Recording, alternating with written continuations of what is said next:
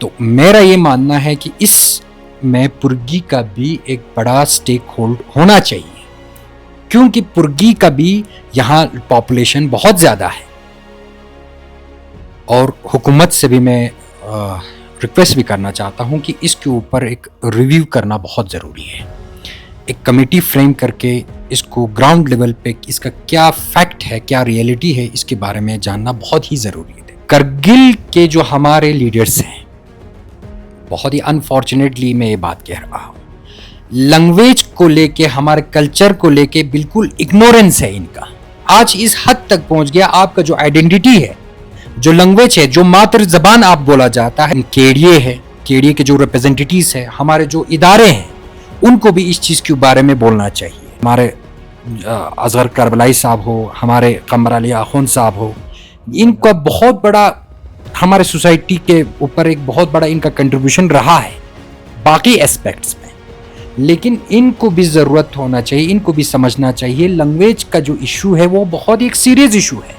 इसको आप हल्के में नहीं ले सकता है, इसको आप इग्नोर नहीं कर सकता है, इसके ऊपर आपको फ्रंट पे आके इस चीज़ का डिफेंड करना चाहिए। मेरा ये मानना है कि मुझे जहाँ कहीं भी अगर आप लैंग्वेज को लेके, हमारे अपने पुर्गी लैंग्वेज को लेके जहाँ तक मुझे जाना पड़े, ज़रूर उनके सामने हम रखेंगे। उनके हमारे जो कांग्रेस के हमारे स्टेट प्रेसिडेंट जोरा साहब भी उस मीटिंग में थे, हमारे कांग्रेस के कद्दावर लीडर असगर करबलाई साहब भी उस मीटिंग में थे, नेशनल कॉन्फ्रेंस के कमर अली आखुन साहब उस मीटिंग में थे।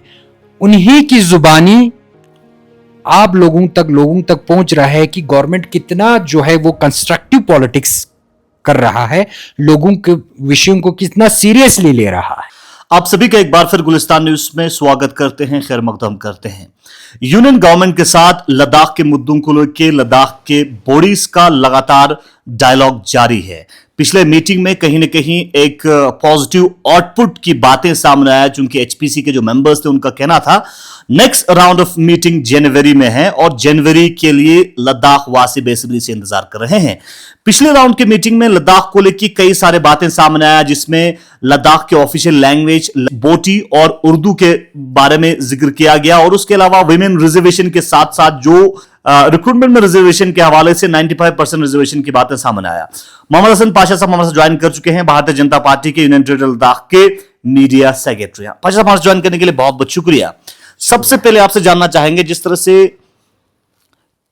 एमएचए के साथ, यूनियन गवर्नमेंट के साथ लद्दाख के बॉडीज का मीटिंग हुआ, उसमें लद्दाख को लेके जो ऑफिशियल लैंग्वेज की बात आई, जिसमें बोटी और उर्दू की बात आई लद्दाख के अंदर जो ऑफिशियल लैंग्वेज को लेके, तो आपका क्या कुछ कहना है इस विषय के ऊपर? चूंकि लैंग्वेज का रिकॉग्निशन होना काफी अहम होता है और लैंग्वेज इसके बेसिस पे एक जगह को जो है जगह की रिकॉग्निशन होता है, तो क्या कुछ आप कहना चाहेंगे?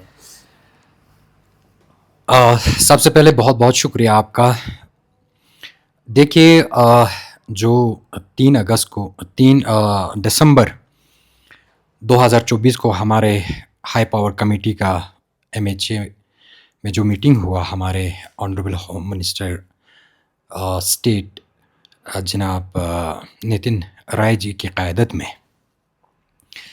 उस मीटिंग का जो आउटपुट आया बहुत ही एक ऐतिहासिक था और हमारे ख़त्ते लद्दाख के लोगों के लिए एक बहुत बड़ी एक खुशखबरी भी था। इसमें बहुत सारे जो हमारे दिराने मांग थे, हमारे इशू थे, ख़ासकर हमारे यूथ्स को लेके, जो अनएम्प्लॉयमेंट है, बहुत सारे हमारे ऐसे यूथ हैं जिनके ओवर एजेस हो रहे थे। उनका एक डिमांड था कि पीएससी का जो है रिक्रूटमेंट वो जल्द अज जल्द हो जाए, गेजेटेड पोस्ट का जो रिक्रूटमेंट है वो तुरंत हो जाए। तो उसमें हमारे सरकार ने एक बहुत अच्छा इक़दाम उठाया कि ख़त्ते लद्दाख के लोगों का, जो हमारे ख़ासकर नौजवान है, उनको 95% जो रिजर्वेशन हमको ही मिलेगा, लोकल लोगों को ही प्रेफरेंस मिलेगा। और साथ ही साथ में हमारे जो वुमेन रिजर्वेशन है, 33% रिजर्वेशन हमारे जो लोकल चुनाव के अंदर, खासकर हमारे जो एलएसडीसी के अंदर जो रखा गया है, ये भी एक बहुत एक हिस्टोरिक एक डिसीजन है। क्योंकि आपको भी पता है 1947 से लेके आज तक हमारे जो वुमेन्स है उनका कोई रिप्रेजेंटेशन हमें देखने को नहीं मिला है। इस चीज़ का हम बिल्कुल स्वागत करते हैं। और हमारा जो स्टेट लैंग्वेज का जो इन्होंने उस मीटिंग में जिक्र किया कि उर्दू और बुदिक जो लैंग्वेज है उसको स्टेट ऑफिशियल लैंग्वेज बनाया जाए। तो आपका जो प्रश्न था लैंग्वेज को लेके, देखिए इसमें मेरा ये कहना है और ये मेरा मानना है, सबसे पहले मैं कारगिल का एक बाशिंदा हूँ। एज ए करगिली मैं इस चीज़ को बोलना चाहता हूँ और हुकूमत से भी मैं रिक्वेस्ट भी करना चाहता हूँ कि इसके ऊपर एक रिव्यू करना बहुत ज़रूरी है। एक कमेटी फ्रेम करके इसको ग्राउंड लेवल पे इसका क्या फैक्ट है, क्या रियलिटी है, इसके बारे में जानना बहुत ही ज़रूरी है। अब बोटी लैंग्वेज और उर्दू तो आपको पता है कि ये नेशनल लैंग्वेज है, इसको कोई ऑब्जेक्शन नहीं कर सकता है। और साथ ही साथ में बूटी में भी के साथ साथ हमारे लद्दाख में बहुत सारे हमारे कल्चर्स हैं। यहाँ पुर्गी भी है, यहाँ शीना भी है, यहाँ ब्रोकपा भी है, बल्टी भी है। तो लिहाजा बहुत सारी अलग अलग कम्युनिटी, अलग अलग लैंग्वेज यहाँ बोला जाता है। अब मैं खत्ते लद्दाख की अगर मैं बात करूं तो इसमें ज़्यादा जो मेजॉरिटी जो पॉपुलेशन है, या तो वो लद्दाखी लैंग्वेज बोला जाता है या वो पुर्गी लैंग्वेज बोला जाता है।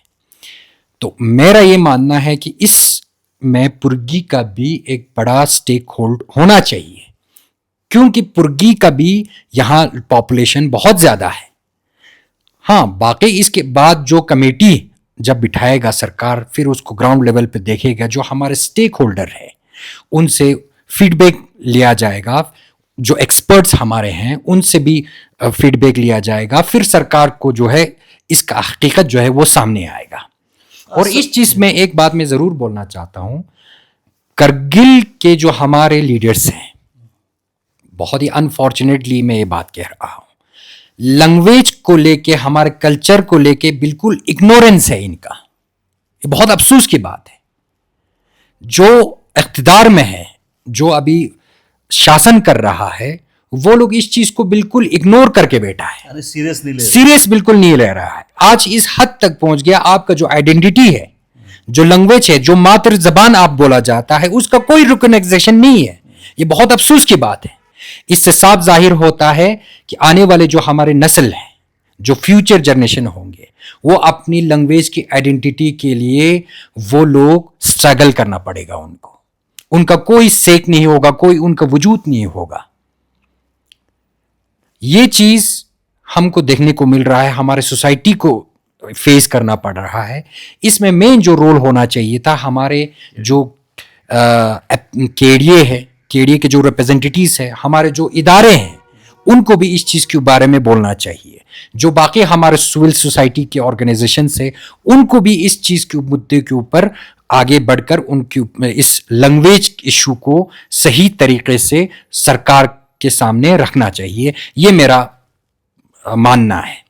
सर, जिस तरह से लैंग्वेज के बारे में आपने जिक्र की, और जब एमएचए के साथ मीटिंग हुआ, एचपीसी का जब मीटिंग हुआ, उसमें एपेक्स और केडीए के सभी जो मेंबर्स हैं वो मौजूद थे, और उसमें जब बोटी और उर्दू लैंग्वेज के बारे में बात की, तो बोटी लैंग्वेज के लिए कहीं ना कहीं लेह में मेजॉरिटी ऑफ द सेक्शन है उनका सेलिब्रेशन देखने को मिला, हालांकि कुछ लोगों का यकीनन कंसर्न था।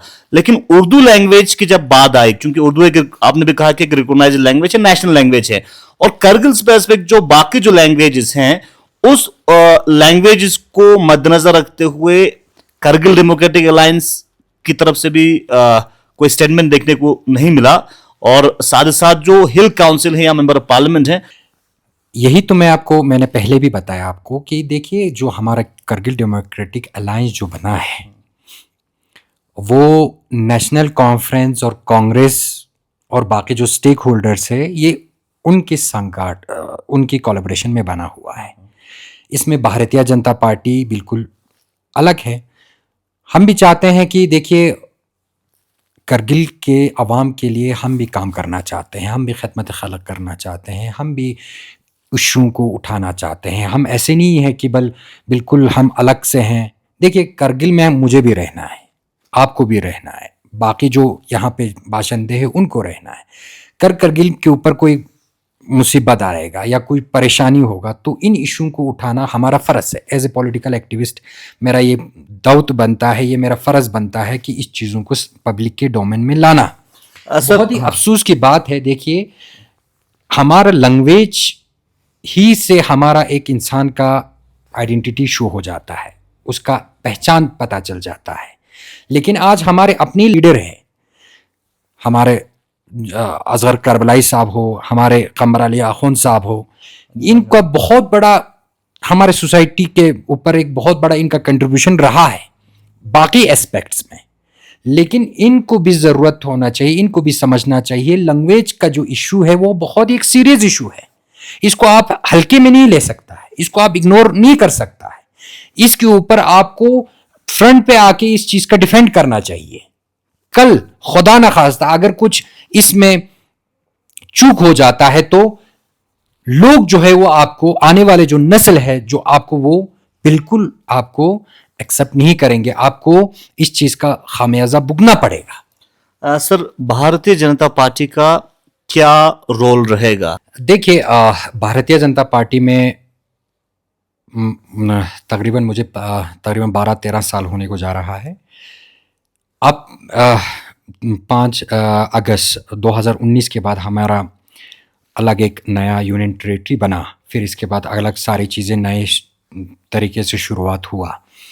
तो मैं ये मानता हूँ, मेरा ये मानना है कि मुझे जहाँ कहीं भी अगर आप लैंग्वेज को लेके, हमारे अपने पुर्गी लैंग्वेज को लेके जहाँ तक मुझे जाना पड़ेगा, हम अपने स्टेट लीडरशिप से भी बात करेंगे, अपने हमारे जो हाई कमांड है, हमारे नेशनल लेवल के लीडर्स हैं, उनसे भी बात हम ज़रूर रखेंगे। और सरकार में भी जो बैठे हैं, चाहे हमारे MHA हो या चाहे हमारा कल्चर मिनिस्ट्री हो, उनसे भी, उनके साथ भी मैं अपना, हमारे जो करगिल का जो लैंग्वेज है उस चीज़ को ज़रूर उनके सामने हम रखेंगे, उनके पास टेबल पे हम रखेंगे, उनसे हम बातचीत करेंगे कि पुर्गी लैंग्वेज को भी आप रिकॉग्नाइजेशन देना चाहिए। इसका भी एक इम्पॉर्टेंट है हमारे सोसाइटी में, बहुत बड़ा एक सेक्टर है, एक पॉपुलेशन है जो ये इस लैंग्वेज को बोला जाता है। तो मैं अपने हिसाब से एक वर्कर के नाते के हिसाब से जहाँ जिस जगह पे उठाना पड़े, चाहे वो स्टेट लेवल पे हो चाहे वो नेशनल लेवल पे हो, इस चीज़ को मैं ज़रूर उठाऊंगा। सर, जिस तरह से बहुत सारी बातें आपने कही गवर्नमेंट के साथ जब मीटिंग हो रहा था, तो ये जो बातें पब्लिक में आया वो एपेक्स और KDA के मेंबर्स के जुबानी आया। गवर्नमेंट की तरफ से फिलहाल किसी भी तरह की मिनट्स या नोटिफिकेशन हमें देखने को नहीं मिला। इसको आप कैसे देखते हैं? देखिए, इसका मिनट्स ऑफ मीटिंग की अगर बात करेगा तो देखिए, सरकार ने भी अपना पक्ष जो है वो मीडिया के ज़रिए अपने बात को सामने रखा है। हमारे ऑफिस लीडरों ने भी इस जो मीटिंग हुआ है 5 दिसंबर को, तो उसका भी जो है मीडिया के आपके सामने रखा है। और हमारे जो पॉलिटिकल लीडर्स हैं, बाकी सेक्टर या एपेक्स हो, KDA हो, इसमें एक बात आपको मैं इंटरेस्टिंग एक बात बताना चाहता हूँ। जब कभी भी हमारा, जब हम जम्मू कश्मीर के साथ होता था या कांग्रेस का हुकूमत होता था, उस समय जब भी कोई इशू के ऊपर बात होता था, जब भी कोई हमारे मसलों की बात होता था, तो वहाँ उनका जो रवैया होता था बहुत ही एक सख्त रवैया होता था। बदलाव की राजनीति जो है वो हमेशा करते थे। लेकिन जब से नरेंद्र मोदी जी की हुकूमत आया, उसके बाद जो नैरेटिव धीरे धीरे चेंज हो गया। अभी आप खुद देख सकता है KDA और एपेक्स बॉडी के, हमारे जो कांग्रेस के हमारे स्टेट प्रेसिडेंट जोरा साहब भी उस मीटिंग में थे, हमारे कांग्रेस के कद्दावर लीडर असगर करबलाई साहब भी उस मीटिंग में थे, नेशनल कॉन्फ्रेंस के कमर अली आखुंद साहब उस मीटिंग में थे। उन्हीं की जुबानी आप लोगों तक पहुंच रहा है कि गवर्नमेंट कितना जो है वो कंस्ट्रक्टिव पॉलिटिक्स कर रहा है, लोगों के विषयों को कितना सीरियसली ले रहा है। लेकिन इन पास्ट आप देखा जाए तो बिल्कुल नहीं होता था। वहां सिर्फ बदलाव की राजनीति हमें देखने को मिलता था। क्या उम्मीद उन्हीं की जबानी जो है वो लोग आज गवर्नमेंट की तारीफ कर रहा है। गवर्नमेंट ने हमारे बातों को बिल्कुल सीरियस लिया, हमें अच्छा रिस्पॉन्स आया, एक बहुत ही हेल्दी डिस्कशन वहां हमें देखने को मिला। तो इससे साफ जाहिर होता है भारतीय जनता पार्टी, हमारे honourable prime minister Shri Narendra Modi ji का हुकूमत है, वो कंस्ट्रक्टिव पॉलिटिक्स में बिलीव करते हैं, विश्वास रखते हैं, ना कि बदलाव की राजनीति जैसे कांग्रेस और नेशनल कॉन्फ्रेंस के हुकूमत में हमको देखने को मिलता था। सर, लद्दाख को लेके नए एडमिनिस्ट्रेटिव जो सेटअप्स यूनियन गवर्नमेंट ने बनाया और बहुत सारे लोग जो हैं इस नए सेटअप्स के बाद जिन जिन जगहों को अनाउंस किया डिस्ट्रिक्ट, तो खुश नज़र आ रहे हैं, लेकिन कई ऐसे जगह हैं करगिल में जो बिल्कुल उसके ऊपर नाराज़गी और डिमांड कर रहे हैं कि सांकू और शकर चिक्तन को भी डिस्ट्रिक्ट का दर्जा दिया जाए। तो इसके ऊपर आप क्या कहना चाहेंगे? क्या उम्मीदें आपको है और नेक्स्ट राउंड ऑफ टॉक को लेके क्या आपकी उम्मीदें हैं? देखिए, आपने एक बहुत ही इम्पोर्टेंट एक इश्यू को आपने राइज किया। अभी डिस्ट्रिक्ट का जो अनाउंस हुआ है 1979 के बाद खत्ते लद्दाख के हिस्ट्री में, ये एक बहुत बड़ा एक हिस्टोरिक डिसीजन था। एक साथ ही 5 डिस्ट्रिक्ट अनाउंस करना शायद आज तक किसी हुकूमत ने ना कभी कहीं अनाउंस किया है, ना हमने कभी खत्ते लद्दाख के अवाम ने कभी इसको देखा है। लेकिन आज मैं फ़ख्र के साथ कह सकता हूँ, आज जो हम leadership, national leadership Narendra Modi ji की हुकूमत में देखने को मिल रहा है, हमारे होम मिनिस्टर अमित शाह की लीडरशिप में हमें जो काम देखने को मिल रहा है, इससे साफ जाहिर होता है उनकी क्या मंशा है लद्दाख के आवाम को लेके और बिलखुसूस करगिल डिस्ट्रिक्ट को लेके। हमारे लोगों का पहले से डिमांड था कि यहाँ और भी डिस्ट्रिक्ट होना चाहिए और भी सब डिविजन्स वगैरह होना चाहिए। हमने भी बार बार हमने अहले ओहदेदार से हमने कबीर बहुत सारे रिप्रेजेंटेशंस दिए, बहुत सारे मेमोरेंडम दिए थे। तो आज वो ग्राउंड लेवल पे हमको देखने को मिला। 5 डिस्ट्रिक्टें अभी अनाउंस हुए। हमारे जांस्कर इलाके को मिला, हमारे द्रास इलाके को मिला, चंगथंग को मिला, हमारे नुब्रा को मिला, हमारे यहाँ शाम के इलाकों को मिला। इसमें 1-2 चीज़ें एड ऑन होना चाहिए। अभी सिर्फ अनाउंसमेंट हुआ है। Honourable home minister Amit Shah ji के ट्वीट के ज़रिए ये पैगाम जो है लोगों तक पहुंचाया है।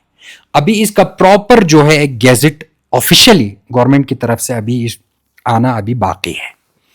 और हमारे होम मिनिस्टर का साफ स्ट्रिक्ट डायरेक्शन था कि 3 महीने के अंदर अंदर जो है इस एक कमेटी जो हमारा अभी बना है, उस कमेटी का रिपोर्ट जो है होम मिनिस्टर तक सबमिट किया जाए। तो मुझे जहां लगता है जो कमेटी हमारा बना है उसमें रिटायर ऑफिसर्स भी है, हमारे करगिल से भी है, हमारे लेस डिस्ट्रिक्ट से भी है और बाकी दोनों डिस्ट्रिक्ट के डीसीज वगैरह भी है। तो इन्होंने पूरा अभी 1-2 महीने के अंदर तमाम स्टेक होल्डर से इन्होंने बातचीत किया है। उन इलाकों में जाके खुद पर्सनल जाके उन्होंने विजिट किया है। हर एक कम्युनिटी से उन्होंने फीडबैक्स लिया है।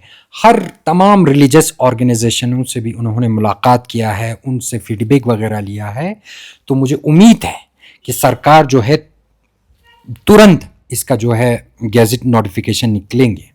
और एक आपने जो सवाल पूछा कि हमारे जो करगिल में जो लेफ्ट आउट जगह हैं, ख़ासकर हमारे संगकू इलाके को लेके, हमारे शकर चिक्तन इलाके को लेके, देखिए हमने भारतीय जनता पार्टी ने हमेशा इस बात को आगे तक हमेशा उठाया है, हमारे स्टेट लीडरशिप हो, हमारे नेशनल लीडरशिप हो, कि इन दोनों डिस्ट्रिक्टों को भी आने वाले दिनों में इस डिस्ट्रिक्ट का दर्जा उनको मिलना चाहिए। एज अ पॉपुलेशन क्राइटेरिया को आप देखिए या उनके एरिया के हिसाब से देखिए, तो ये इनको भी इंक्लूड करना चाहिए, ये हमारा मानना है। सर, बहुत बहुत शुक्रिया। लास्ट पे आप क्या मैसेज देना चाहेंगे? देखिए, मैं इतना ही बोलना चाहता हूँ, आज जो हुकूमत हमारा चल रहा है पिछले 10 साल से, हमारे honourable prime minister Shri Narendra Modi ji का, तो उसमें हमेशा उनका नारा है और हमारे पार्टी का भी नारा है, सबका साथ, सबका विकास, सबका विश्वास और सबका प्रयास। तो उस नारे के ऊपर हम बिल्कुल काम कर रहा है और हुकूमत भी जो है उसके ऊपर अपना जो है बिल्कुल लोगों तक विकास पहुंचाने का काम कर रहा है।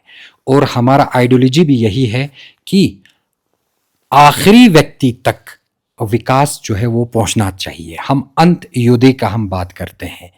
हाँ, क्योंकि जो लास्ट जो हमारे व्यक्ति है, चाहे गरीब हैं, जो दूर दूर इलाके के जो लोग बसते हैं हमारे मुल्क में, उन लोगों तक जो है जो विकास का दायरा जो है वहाँ तक पहुँचना चाहिए। और ख़ासकर हमारे डिस्ट्रिक्ट कारगिल हो, लेह डिस्ट्रिक्ट हो, इनमें जो विकास के जो दायराएँ हैं पहले कांग्रेस और नेशनल कॉन्फ्रेंस के दौरा रुकी हुई थी, उसको हम आगे बढ़ाने के हम काम कर रहा है शिद्दत के साथ।